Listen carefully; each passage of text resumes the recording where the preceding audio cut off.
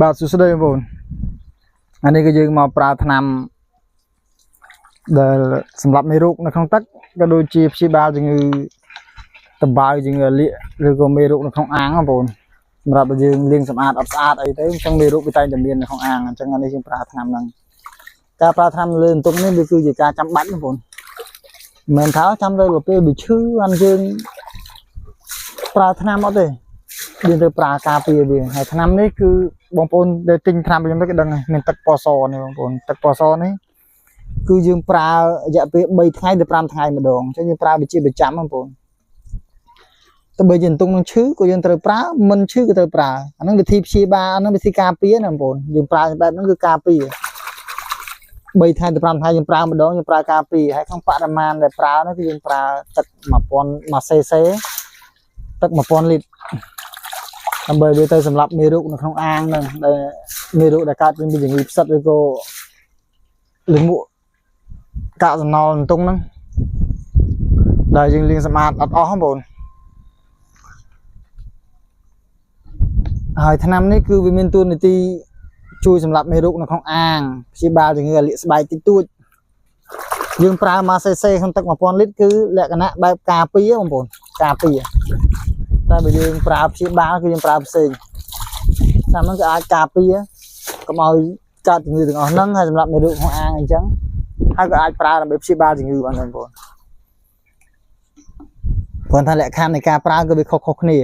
ទៅតាមប្រភេទជំងឺអញ្ចឹងហើយនៅពេលដែលបងប្អូនទិញទង់ពីខ្ញុំទៅខ្ញុំតែងតែប្រាប់បងប្អូនហើយថ្នាំណាប្រើបែបម៉េចថ្នាំណាប្រើបែបម៉េចហើយទង់បែបម៉េចទៅប្រើថ្នាំអីចឹងបងប្អូនហើយអ្វីដែលសំខាន់នៅក្នុងការចិញ្ចឹមសត្វបងប្អូន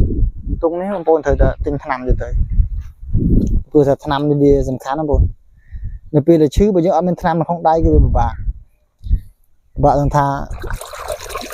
ទង់នេះវាឈឺវាអត់ប្រាប់យើងបងប្អូនកាលណាទៅវាឈឺវាអាចនឹងឆ្លងឲ្យលឿនអ្នកខ្លះឈឺតែ2ថ្ងៃឬក៏3ថ្ងៃអាចនឹងខូចទាំងអស់ឬក៏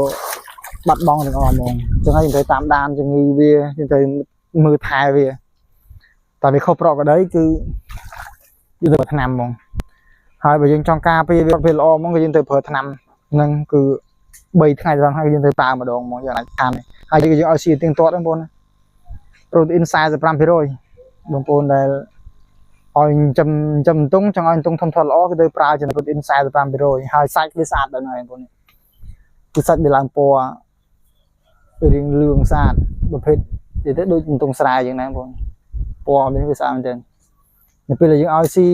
ចំណីដែលមានប្រូតេអ៊ីនវីតាមីនគ្រប់គ្រាន់អញ្ចឹងហើយគឺទង់យើងក៏សុខភាពល្អការធំធាត់ក៏លឿនទៅតាមហ្នឹងហើយសម្រាប់បងប្អូនដែលចង់បានទង់យកទៅចិញ្ចឹមកូនទង់ឬក៏ទង់សាច់យកទៅលក់អីហ្នឹងក៏ខាងខ្ញុំមានលក់ដែរហើយយើងបរៀនបងប្អូនពីបច្ចេកទេសក្នុងការចិញ្ចឹមមេបាពូជយើងមានបងប្អូនចង់យកទៅបង្កាត់អីគឺយើងមានតែគ្រាន់ថាយើងអត់បរៀនបងប្អូនពីការបង្កាត់ទេបងប្អូនទៅកើតទៅបានទីតាំងរបស់យើងនៅខេត្តកំពង់ឆ្នាំងយើងផ្សាយបាន25ខេត្តក្រុងសម្រាប់កូនទង់ថ្នាំនិងចំណីបាទអរគុណបងប្អូន